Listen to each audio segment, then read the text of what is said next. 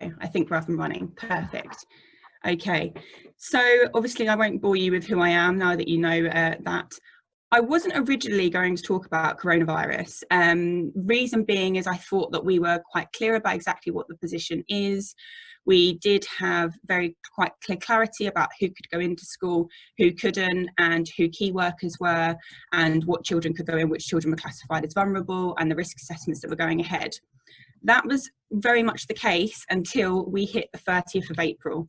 And when we hit the 30th of April, we obviously saw a flurry of activity in the SEN world, because we had these two key documents that come in that we were expecting. It certainly wasn't a surprise that they came in, but it's something that we perhaps didn't know if they would come in, because we'd seemed to escape it so narrowly. And then 30th of April saw these two key changes come in relation to children with SEN.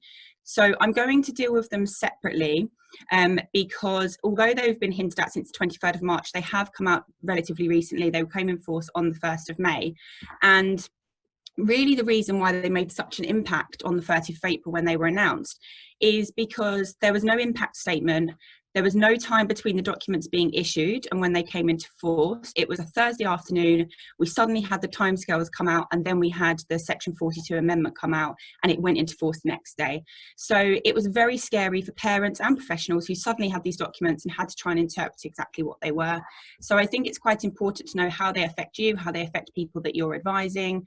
And we're going to deal with them separately, because the group of children that timescales affect is different to the children who are affected under Section 42, because that's solely for children with an EHC plan. So that's what I'm going to be talking about in this talk, and I hope you do find it useful as a way of understanding what the changes are.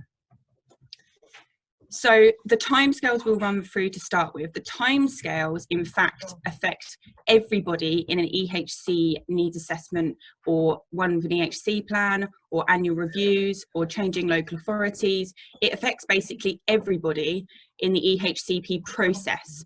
So it's not just children with EHC plans. What they call it is the new Special Educational Needs and Disability Coronavirus Amendment Regulations 2020. So nice short name for us all, the amendment regs. And we also had an explanatory memorandum to those regulations to basically give a bit more meat as to what they were going to do. The new regulations temporarily amend the regulations that we're all familiar with, which is the Special Educational Needs and Disability Regulations 2014. So those are the regulations that we've been using alongside the Children and Families Act since 2014, and we're very familiar with them. Prior to the release of the amendment regulations, there seems to be a lot of uncertainty about what should be done and when, because despite coronavirus, local authorities remained under an absolute duty to meet the various deadlines required under the 2014 regulations, or face judicial review proceedings if they didn't do so. That absolute duty was still there. So that was the 6 weeks to decide whether you're going to assess for an EHC needs assessment, a decision whether to issue a plan at the 16-week mark, draft plans, final plans, all of those deadlines. If they didn't comply with them, you could judicially review them. And the reality is local authorities weren't very good at complying with those even before coronavirus. We know that. And if you go on any form of social media, you'll hear that as well. So what actually happened is, with reduced staffing levels and demands on services, local authorities were understandably jumping up and down saying we can't meet these deadlines. And that's why I think these amendments have come in. The wording used in the amendment regulations is slightly different depending on the regulation being amended. So don't be confused if you go to them and don't see certain timescales that you particularly expect to see. So we'll go through where they are, because they are sometimes in different places, and I'll go through where you might find them. But the local authority are able to depart from the timescales if they need to do so for reasons relating to coronavirus. And this is something we'll cover quite widely, because what we need to avoid is people seeing this as just any reason that they can just escape from this. And actually it's only in relation to coronavirus they won't meet these timeframes. So we'll go through that. So the amendment to timescales came in on the 1st of May, and they're currently set to last until 25th of September. That is explained in the memorandum that it can be extended, and it also can be shortened. So it just depends what the government lockdown measures are. But obviously, as we've seen, children are going to gradually start returning to school from the 1st of June, but the bulk of children will be going in September. So I think it's unlikely it's going to be shortened. I don't know if anybody has a different view, but I certainly think it's quite highly likely that it is going to be extended past the 25th of September, but we'll have to see. Okay, So most of the deadlines are amended. I said that they are in different sections. Most of them are amended by Regulation 5. And this is the key part. It says where the coronavirus exception applies, any requirement in any of the regulations specified is to be taken as soon as reasonably practicable. So before, where we had those 6 weeks, 10 weeks, 16 weeks, 2 weeks, 15 days, all of the relevant timeframes, they've basically gone to as soon as reasonably practicable. And that's the key thing. That's what basically this amendment regulations do. In respect of the deadlines not included on the list, including the deadline to whether to issue an assessment, because what happened is when they come out, we thought, oh, some of these regulations are missing, and they are included, but the separate wording for those is the local authority need not comply with the time limit referred to if for a reason relating to incidence or transmission of coronavirus. So it's exactly the same thing, it's just in different parts. And what we are seeing is that we need to really distinguish this reasonably practicable for coronavirus. They're the two parts, and that's what I really want to hone in on today. Okay, so I've just put up there, I obviously won't talk through, but I use this as a helpful guide because I believe you'll be able to get a recording of the slides or a copy of the slides. So I just wanted to include that for you there, just so you're not hunting around for them yourself. You can see all of the timescales that have been affected. But essentially, as you'll see from that slide, everything has been amended in relation to timeframes for the EHCP processes. So key points I want to really make you aware of. The actual processes must continue. And I know this might seem quite silly, but before we even went into lockdown on the 23rd of March, which was when the government said we all had to go home and no businesses continue trading, what we had in the lead up to that was local authorities writing to us blanket ban. So we had letters coming into the office where they were saying, we're no longer processing EHC needs assessments, we're not going to be issuing any draft or final EHC plans, we're not going to be complying with annual reviews because of coronavirus. That position is completely unlawful. Even with these new amendments in and the changes to Section 42, that is still completely unlawful. So the new regulations and guidance are clear that they only apply to timescales, and the EHC plan processes must remain in place. So I think that's really important, because parents who have been told that their assessments have been suspended, everything like that is completely unlawful. So requests can still be made. I think we have to be clear about that. Draft and final EHC plans can still be issued. Annual reviews still need to go ahead. EHCPs can still be transferred across local authorities. It's simply the timing of the decisions that has changed. So please make sure that parents you're speaking to are very clear on that. And if local authorities fail to carry out the processes, they do leave themselves open for judicial review challenges. So it's really important to know. And in the guidance that I've just mentioned on the slide there, it actually states in the guidance, and I'll read it out to you. This guidance also confirms which key elements of the processes over EHC needs assessments and plans are unchanged. Notably, this includes that local authority must consider requests for a new EHC needs assessment, must still secure all of the required advice and information to be able to issue a plan, and must have regard to the wishes and child's views, the child's parent or a young person when carrying out its SEN functions under the CFA 2014. So it's very clear, and they're clear must duties. So please make sure that they are all being complied with. The second thing, the coronavirus exception only applies where it is not reasonably practicable for a person to meet a requirement for a reason relating to the incidence or transmission of coronavirus. The reason I really want to stress this is we know as parent representatives, local authorities did not like complying with timescales because of budgetary constraints or staffing constraints or whatever their reasons were. This does not provide essentially just a get out of jail free card. That's not what this is intended for. It's for reasons related to coronavirus. And I've just put a couple of thoughts on there about when I think this might be able to apply, because I appreciate that at EHC needs assessment level, if you've got professionals that may have actually been diverted to the front line who actually do need to assess the child, we've got paediatricians and educational psychologists and medical input, that might understandably take a hit, and understandably they're not going to be able to get the decision out in 6 weeks. However, if you've got a draft EHC plan and parents are just commenting on that draft EHC plan, is there legitimately a reason relating to coronavirus why that final week EHC plan can't go out 2 weeks later? And that's a question I just want you to ask. So whenever local authorities are saying we can't meet the deadline, what's the reason behind it? And is it relating to coronavirus? Because if it's not relating to coronavirus, the exception doesn't apply. So just bear that in mind, please. It's not an excuse to set back and do nothing, and everything needs to be complied with as soon as reasonably practical. And if they can't do so, it has to be relating to coronavirus. Lastly, in relation to the timescales, if parents had a deadline, such as 20 weeks to issue a final EHCP plan, which passed before the 1st of May, the amendment timescales do not apply to them. This is really key, because what happened is on the 30th of April, when all of these changes started coming out, I was obviously on social media, I was my own and on the SEN legal social media, and we were getting inundated from parents saying, I've been waiting 6 months, I'm now going to have to wait any longer, I still don't have my decision from December, I had an annual review back in July last year, I still don't have a decision. If your decisions were due before this came into force, so before the 1st of May, these do not act retrospectively. So parents can still enforce pre-action decisions or letters to enforce those decisions.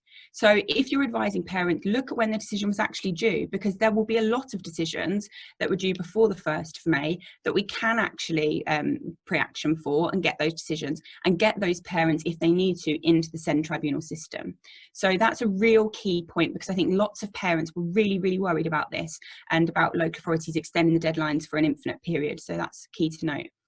One of the other bits of confusion that came about as well was about SEN tribunal deadlines, and they are obviously very different. So I think some people were confused that this would actually affect their SEN tribunal deadlines, and obviously they are different timescales, and don't confuse the two. So appeals in respect of refusal to assess, a refusal to issue, against the content of plans, cease to maintain, they can still be lodged at the tribunal within the normal statutory timescales.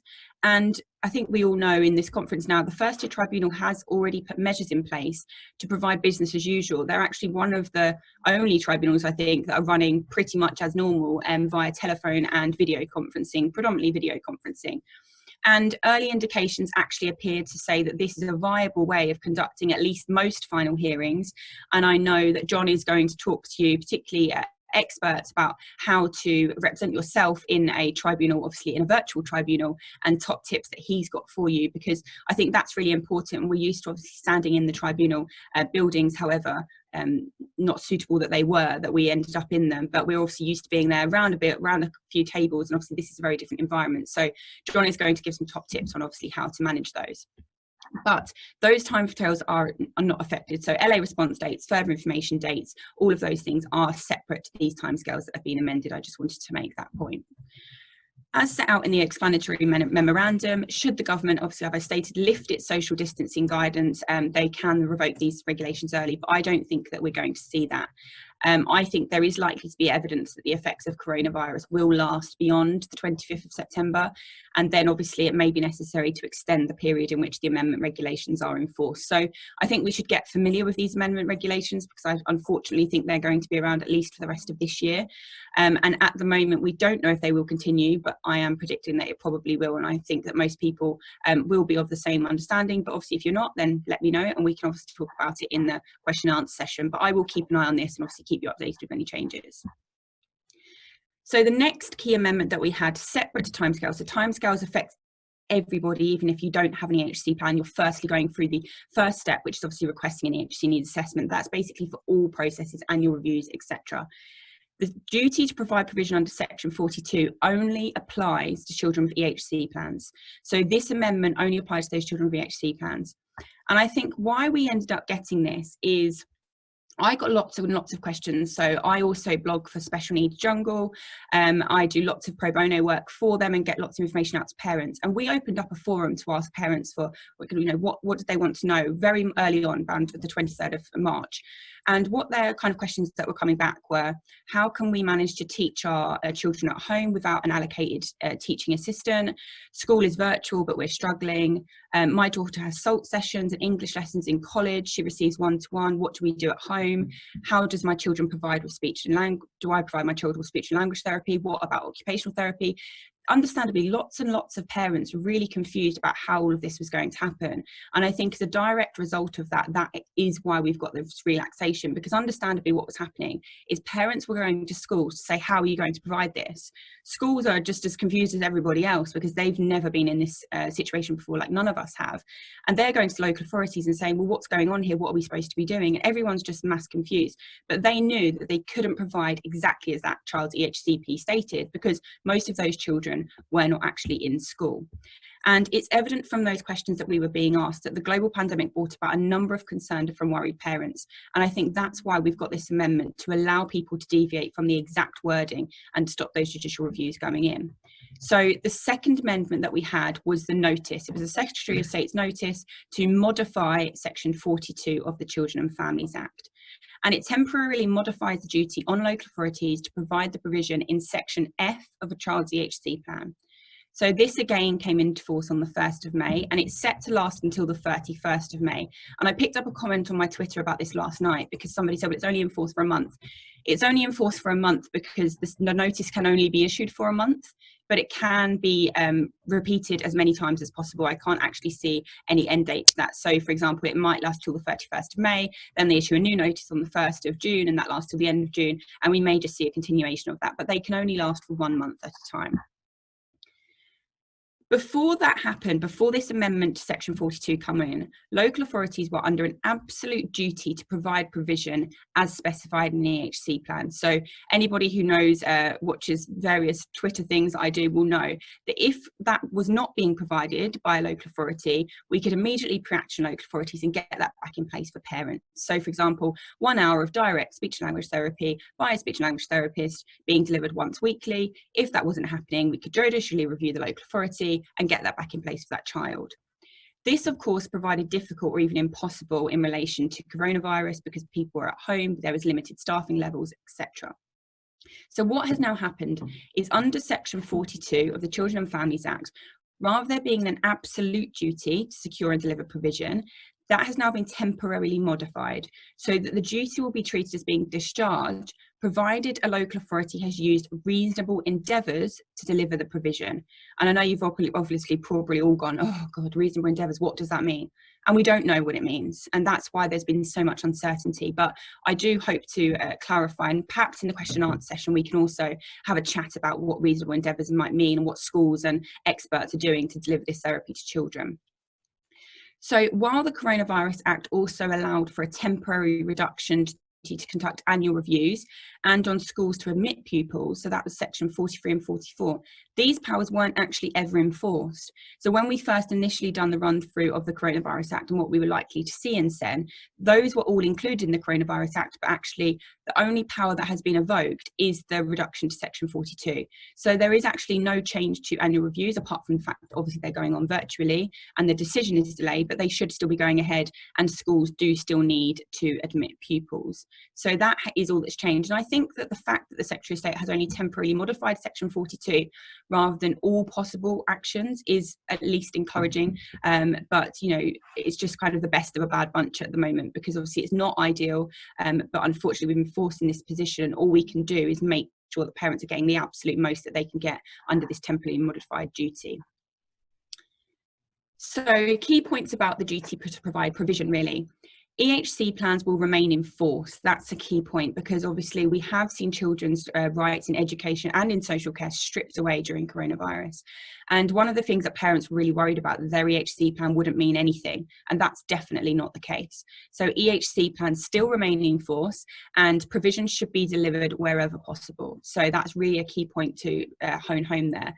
Annual reviews, as I've just said, will continue to be run by flexible means, and this can be done by video, Zoom or Teams meeting or similar, or telephone conferencing, whatever suits all parties. I've done a couple on Microsoft Teams. They've seemed to work quite well.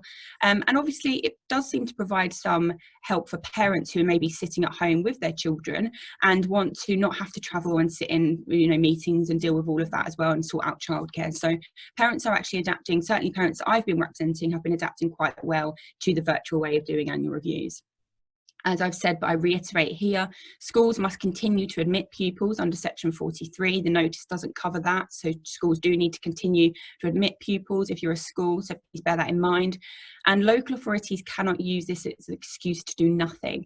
I really, really want to stress this, because I think as soon as you hear a temporary relaxation, it's like, oh, they don't have to do anything. I may as well give up, or I may as well not fight it. And that's certainly not the case. So it's clearly stated in the Secretary of State's notice.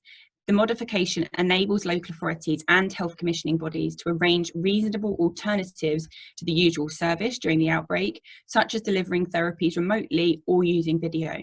And I know I got lots and lots of questions about this from our expert witnesses about what can we do, can we go in? Because understandably, if the NHS therapists actually aren't able to act remotely and independent therapists are, can independent therapists go in and deliver their therapy via remote means if parents contact you? I mean, I certainly don't see why not. That would seem like a reasonable endeavour to me. So what we started looking at is what reasonable endeavours might look like. And this is really the crux, because we don't have a definition of what reasonable endeavours is. So we're kind of all making up our own versions. But what I have included on these next couple of slides, and we'll kind of slowly go through them so that you can have a look at what some of the suggestions might mean, is these are some of the suggestions that are actually included in the guidance. So the guidance sets out quite a comprehensive list, actually, based on existing good practice, on alternative arrangements that may be put in place to satisfy the reasonable endeavours requirement. And if you're looking at these and thinking that you can actually provide any of these from what you do, so if you're a school, for example, and you're looking at alterations to the frequency and timing of delivery of provision in school, i.e. moving to a part-time timetable, that obviously may be possible for a school, and that is in the guidance, so you're not going to have any difficulty in trying to install that for parents. Similarly, we've got temporary placements in other schools. We've seen this happening on the ground.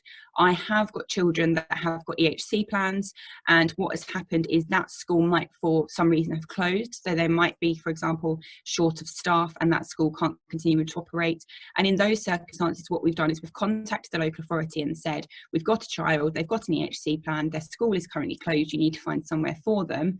And independent schools have been picking up those children and saying, well, we're open, come and place them there. So I don't know if they're listening, but Gretton, if they're listening, they provided a fantastic support for a child that I was trying to place in Norfolk, and they opened up a day placement for that child so that he could actually go there and be placed there rather than sitting in a doctor's surgery with his mum, who's a key worker. So big thank you to them to help in our time of need. But I know lots of specialist settings have been having children that don't normally belong to them, so to speak, in there because they are open anyway. And even though school is looking different, at least these children with EHC plans are being provided for. We're also seeing, obviously, class sizes being significantly reduced. We're seeing provision of printed exercise or worksheets, learning, reading programs, etc.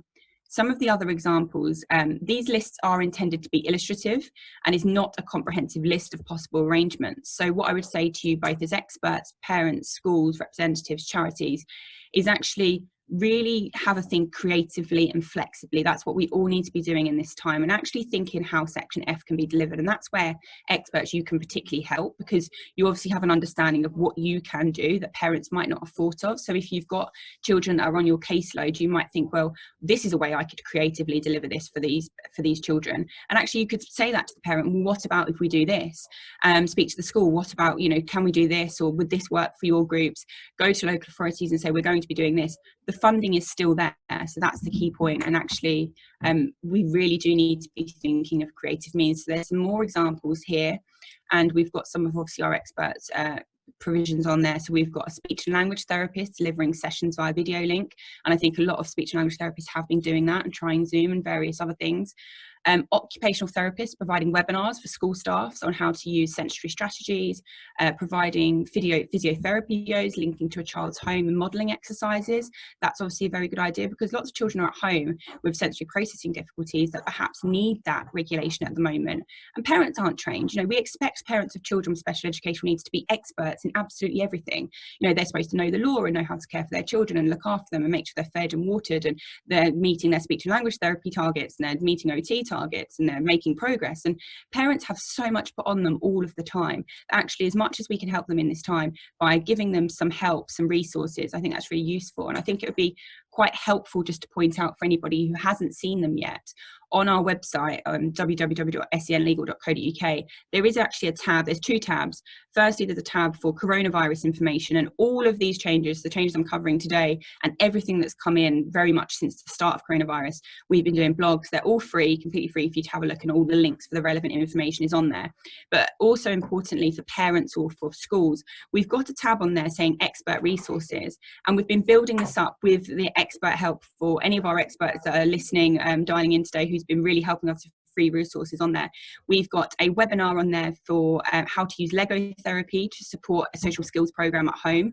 We've got speech and language therapy video on there from Unita Hayley about how to improve your children's speech and language, and some key games that you can do with them to help model that language for them. So that's really important. We've got other things, calming anxiety on there by Nisha Bloor.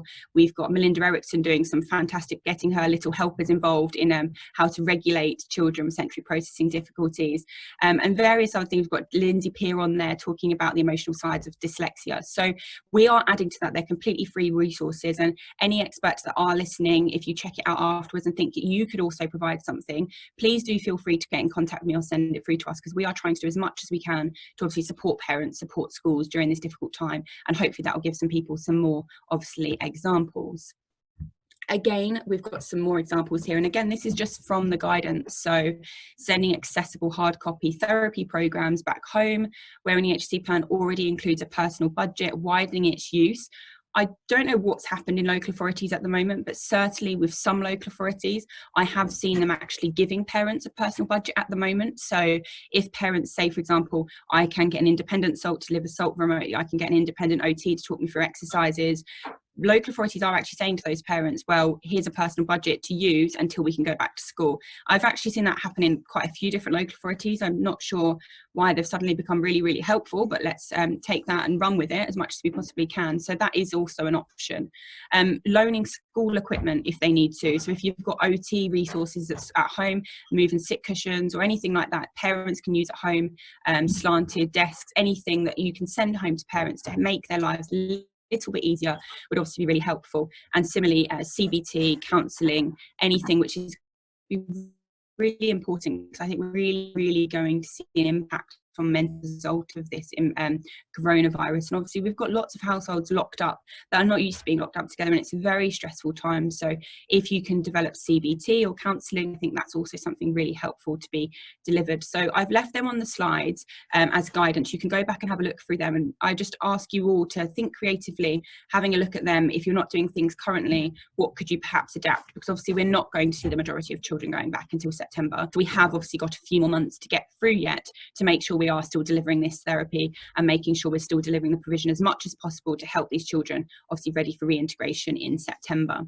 So just to summarise really where we are, and actually before I just summarise, one of the things I do want to just touch on, I think Nicole's also going to talk about it in her talk, we are probably going to have a lot of parents, and I'll probably talk about this more in the parents conference, but we are going to have a lot of parents who spent a lot of time with their children at home and are probably more aware now than ever before about what particular needs their children has, because perhaps they have not seen it in the classroom because obviously they're not there with them.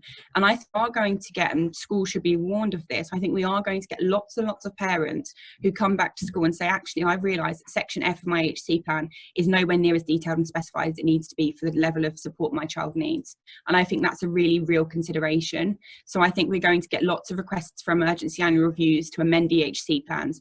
And if that's the case, absolutely parents should be supported in that. But I'm just telling schools because I think that is something that parents are going to be requested. And in the parents conference, what I'd like to do is actually talk parents through what they can request and why they might want amendments, what those amendments might look like. And Nicole is also going to talk in her talk about education other than at school. So parents who have actually realised my child's anxiety is so much less at home, actually maybe I need education other than at school. So that's something that Nicole will talk to you about and cover that in great detail. So just to summarise on where we are with coronavirus, there is therefore a moment that local authorities and schools do need to be very creative, as we've probably gathered from those last few slides. They simply cannot refuse to provide anything because the school is shut, for example. That's unlawful. I've already been known to write very angry letters to schools who have shut without any provision for these children, because I think it's absolutely absurd when you know what their needs are. So please don't do that unless you want angry letters from me. If local authorities can continue to secure or arrange the provision exactly as it is set out in section F, they should continue to do so. So it's only if the provision can't be carried out for a reason related to coronavirus that that modification is there. So if you can deliver it, excellent, please go on and do so. The issue of funding should not be an excuse to refuse a modified delivery of Section F of an EHC plan. And I've included the 2 links there, which shows that the schools and colleges will still continue to receive their usual funding, including from the high needs block, and support them through the period of disruption.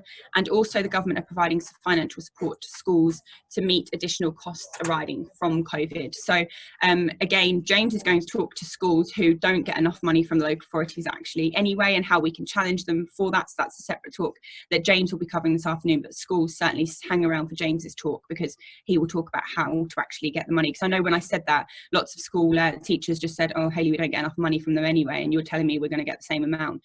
So James will talk to you about that. But I think that's really important, that the funding is there, and for that reason, obviously, that we shouldn't be refusing to modify on that basis.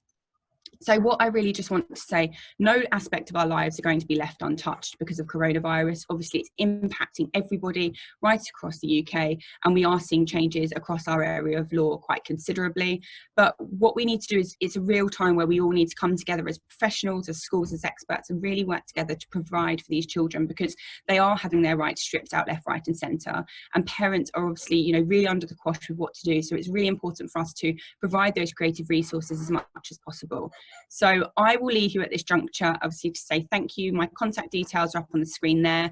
You can also find me on all different forms of social media, as most of you probably have seen my 5 AM rants. And obviously you can find me over on Special Needs Jungle as well.